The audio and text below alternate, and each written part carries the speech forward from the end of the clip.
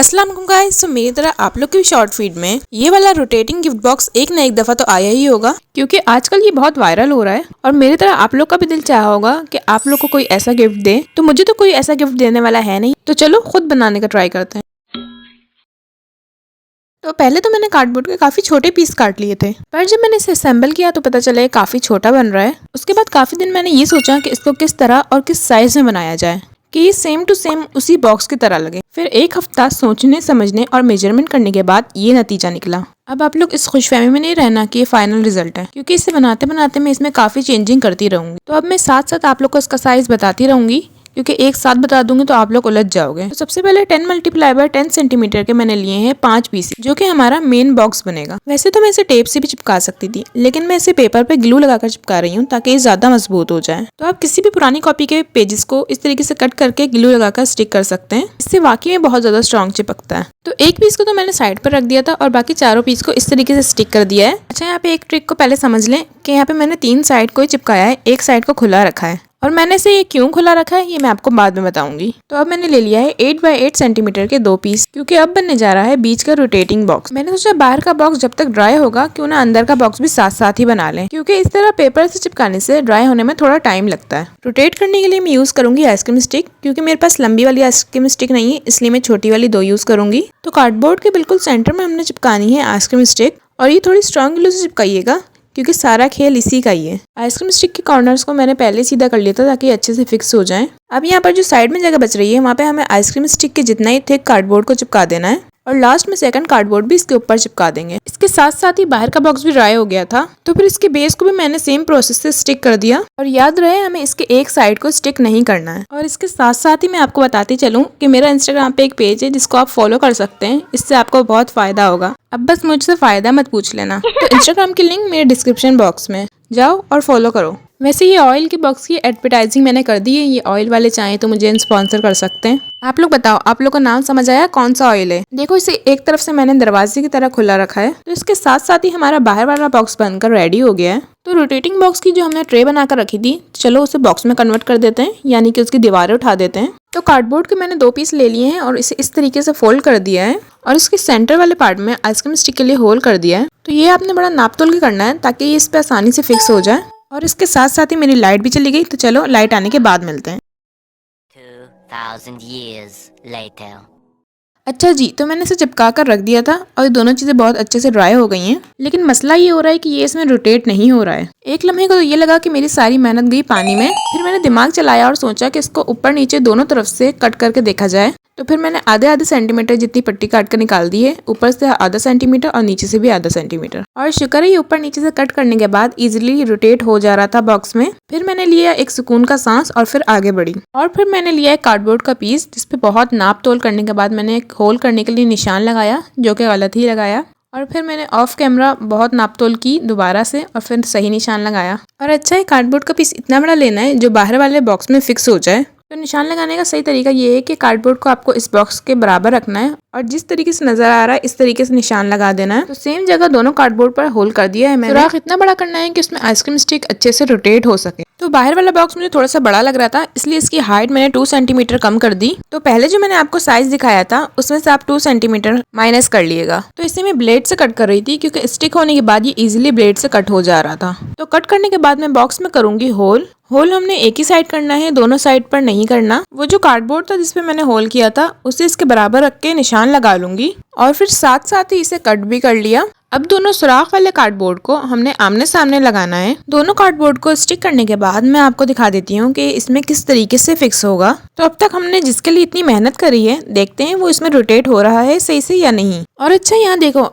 एक साइड की ice cream stick को मैंने कट करके 1 सेंटीमीटर का कर दिया था, ताकि ये आसानी से फिक्स हो जाए, क्योंकि आइसक्रीम स्टिक एक तरफ से बाहर निकलेगी, दोनों तरफ से नहीं। और फाइनली हमारा बॉक्स यहाँ पे अच्छे से रोटेट हो रहा है। वैसे मुझे ये यकीन था कि मैं इस बॉक्स को बनाकर ही रहूंगी। तो हमारे इस रोटेटिंग बॉक्स का स्ट्रक्चर कंप्लीट हो गया है। रहता है तो बस इसका ढक्कन, जो कि मैं कैसे बनाऊंगी और किससे बनाऊंगी ये तो मुझे अभी तक पता नहीं था, लेकिन खैर चलो पहले इसे कंप्लीट कर लेते हैं। तो अब बारी आती है इसी पेपर से कवर करने की। तो अब मैं यहाँ पर सोच रही हूँ कि मैं इसे कवर करने के लिए कौन सा कलर चूज करूँ। तो मेरे ख्याल में इसके लिए पिंक कलर बेस्ट रहेगा। इन दोनों बॉक्सेस के आउटर साइड पे मैं ये पिंक शीट ही यूज करूंगी और इसके अंदर मुझे व्हाइट शीट लगानी थी जो कि मेरे पास नहीं थी, इसलिए मुझे मजबूरन येलो शीट लगानी पड़ी।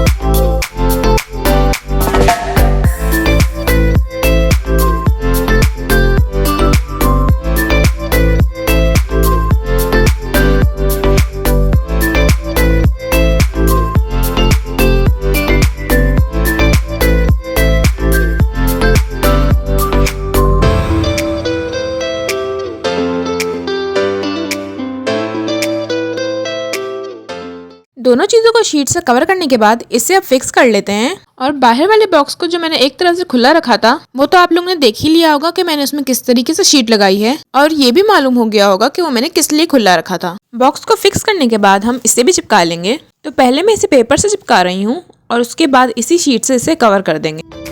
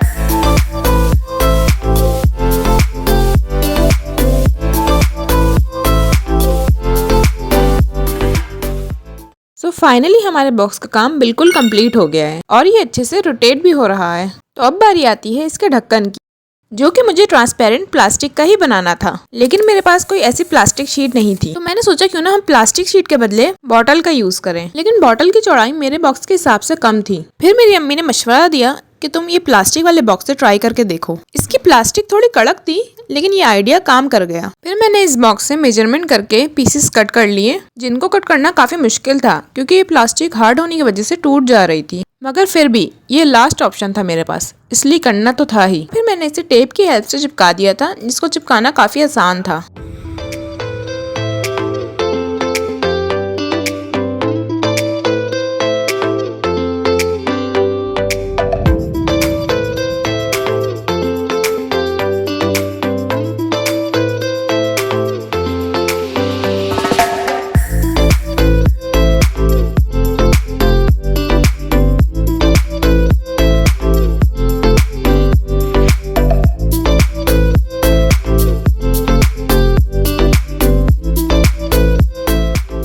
इसके कंप्लीट हो जाने के बाद मैंने इस पे लगा दी थी रिबन, जिससे ये और प्यारा लग रहा था। और गिफ्ट बॉक्स पर लगकर तो 4 चांद ही लग गए थे। बनने के बाद ये खाली जगह मुझे थोड़ी अच्छी नहीं लग रही थी, इसलिए मैंने इसके ऊपर एक थिन कार्डबोर्ड का फ्रेम लगा दिया, जिसपे मैंने पहले ही शीट लगा दी थी। लास्ट में मैंने रोज और बटरफ्लाई में से बटरफ्लाई को चूज किया, क्योंकि बटरफ्लाई ज्यादा प्यारी और मैचिंग की लग रही थी। एक साइड ये लगाने के बाद दूसरी साइड मैंने लॉकेट और इयररिंग्स का सेट लगा दिया, जिसके साथ ही हमारा रोटेटिंग गिफ्ट बॉक्स रेडी हो गया है। तो आप लोग को ये गिफ्ट बॉक्स और मेरी मेहनत पसंद आई हो तो वीडियो को लाइक कर देना, चैनल पर नए हो तो चैनल को सब्सक्राइब कर लेना और एक अच्छा सा कमेंट करे बगैर नहीं जाना। अल्लाह हाफिज।